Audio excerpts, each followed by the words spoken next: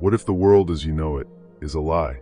What if the very fabric of reality, your senses, your thoughts, your beliefs, has been meticulously crafted to keep you asleep? Now imagine that thousands of years ago, a secret brotherhood awakened from this dream. They called themselves Gnostics, seekers of gnosis, a word meaning knowledge, but not the kind found in books or sermons. This was inner knowing, a divine remembrance, a spark of light buried beneath the weight of flesh and illusion. Their truths were dangerous, so dangerous that empires sought to erase them, their writings burned, their voices silenced. But as with all ancient wisdom, their message was never truly lost, only hidden, waiting for the right minds to rediscover it. This is not just a history lesson. This is a revelation. In this video, we journey deep into the forgotten chambers of esoteric knowledge to unveil who the Gnostics truly were, and more importantly, what they believed. You'll learn of their radical cosmology, their vision of a false creator God, and their unwavering belief in a divine light trapped within the human soul. We'll trace their whispers across desert sands and temple ruins, uncovering truths that challenge both religion and science. But this is not merely an exploration of ancient ideas. Gnostic teachings offer a powerful mirror to your modern life, revealing hidden patterns behind suffering, purpose, and awakening. By the end of this journey, you may find yourself questioning everything, and perhaps remembering something you've always known. So ask yourself this: what if the prison you're in is invisible, and the key to escape has been inside you all along? The path of gnosis begins now.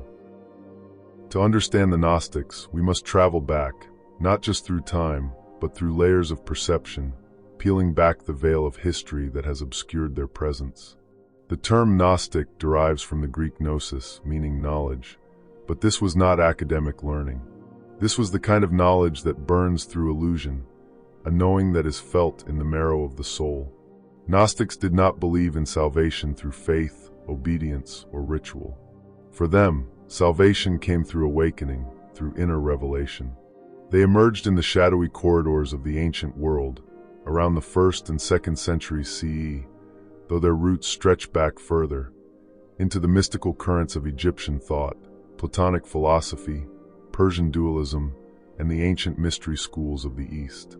Some say they were heirs to a hidden stream of knowledge passed down from Atlantis or Lemuria, surviving the flood in fragments of myth and symbol. Gnostic groups were not monolithic. They existed across the Mediterranean, in Alexandria, Syria, Judea, Rome, each weaving unique strands of wisdom, yet all united by a common thread: the belief that this world was not as it seems. In contrast to the rising orthodoxy of Christianity, the Gnostics held a scandalous belief that the creator of this material world, the God of the Old Testament, was not the true supreme source. They called him Yaldabaoth, the blind god, a demiurge who, in his ignorance, fashioned a flawed, illusory world and proclaimed himself the only God. To the Gnostics, this was the greatest lie ever told. Above him, beyond him, was the true God, formless, pure, unknowable, residing in the pleroma, the realm of fullness and divine light. From this source emanated the eons, divine beings or aspects of the eternal, among them Sophia, wisdom herself. It was her tragic fall, her descent into the chaos of matter, that led to the birth of the Demiurge and the entrapment of divine sparks within human souls. This, then, was the human condition.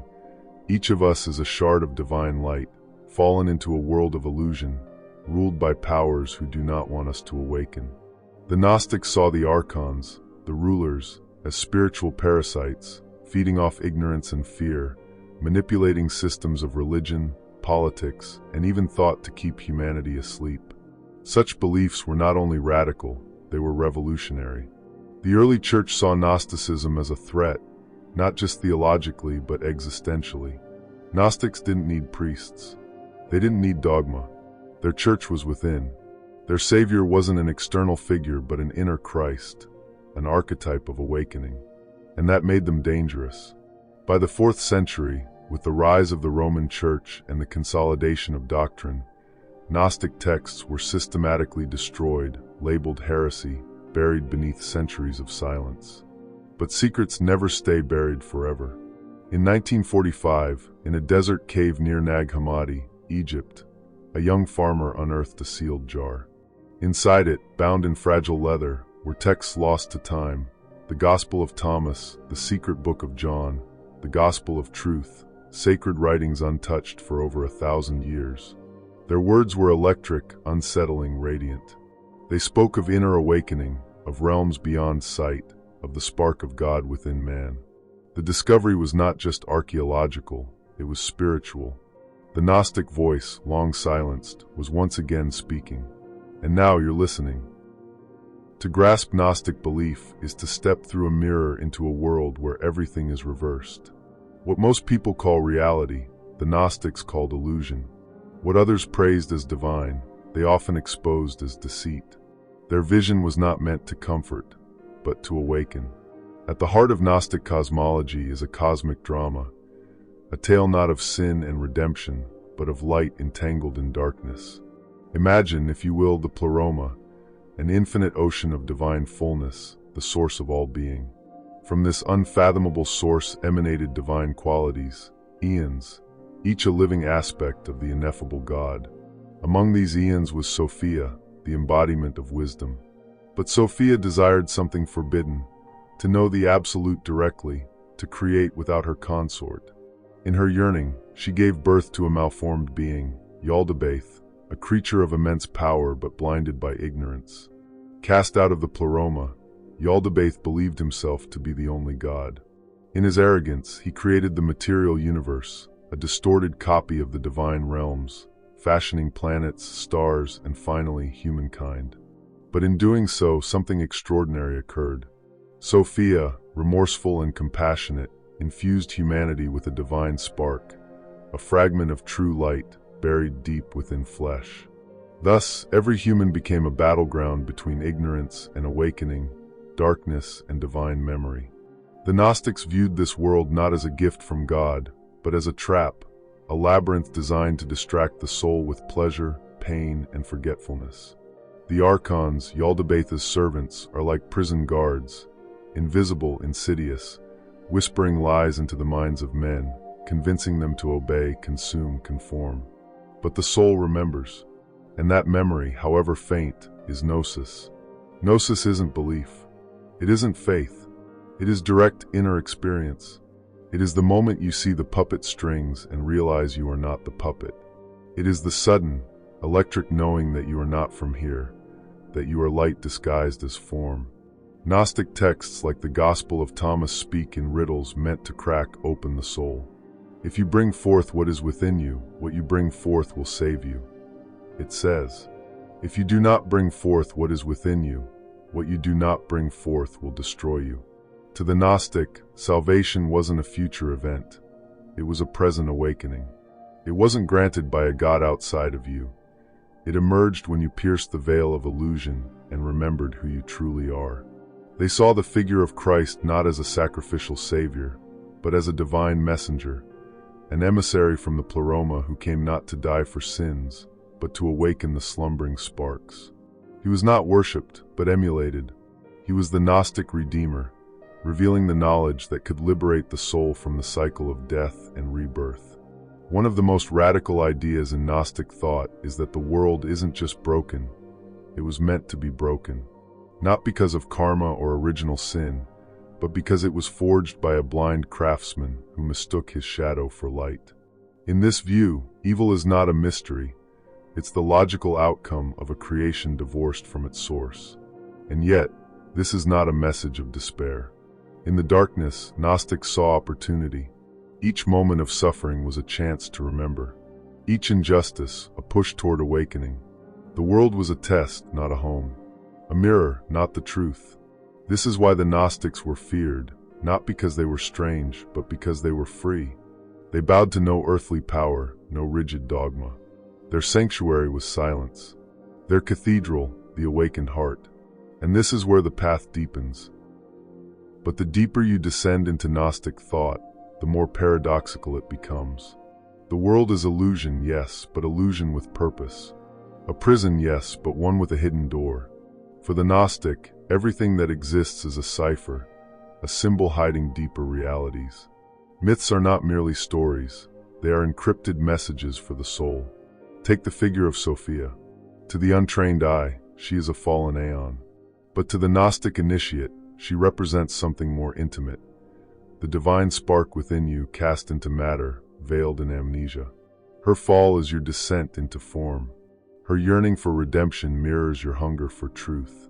And her ascent, the return to the pleroma, is your spiritual awakening.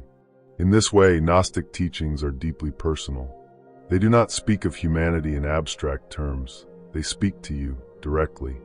They whisper to the part of you that has always suspected there is more. But let's explore one of their most misunderstood and most dangerous claims, that the God of this world is a counterfeit. To most ancient religions, the Creator was to be revered. To the Gnostics, he was to be unmasked. Yaldabaoth, the Demiurge, was not evil in the cartoonish sense. He was ignorant, narcissistic, convinced of his own divinity. In Gnostic cosmology, his name meant child of chaos, and he was often depicted as a lion-headed serpent, symbolizing distorted power, primal force without wisdom. His declaration, "I am the only God," was not a truth, it was a symptom of blindness. And so the Gnostics read the scriptures differently. Where others saw commandments, they saw control. Where others praised obedience, they saw programming. The Garden of Eden, for instance, was not a paradise lost, but a prison escaped. The serpent, traditionally cast as the villain, was to some Gnostics a liberator, a symbol of hidden wisdom offering gnosis in the form of forbidden fruit. In this view, the story of Genesis becomes inverted. It is not the fall of man, but the first step toward awakening. This radical reinterpretation threatened the foundations of religious authority. It removed the need for intermediaries. It dismantled the power of guilt. It returned divinity to the individual, not as a reward, but as a birthright. Yet, not all Gnostics rejected the material world entirely. Some saw it not as evil, but as a kind of riddle, a crucible designed to sharpen the soul. They taught that one could walk the world in the flesh, but not be of the flesh. That one could engage in life's dance, yet remain inwardly detached, like a lucid dreamer within the dream. This led to different paths within Gnosticism. Some sects, like the Scythians, leaned toward asceticism, renouncing all worldly attachments.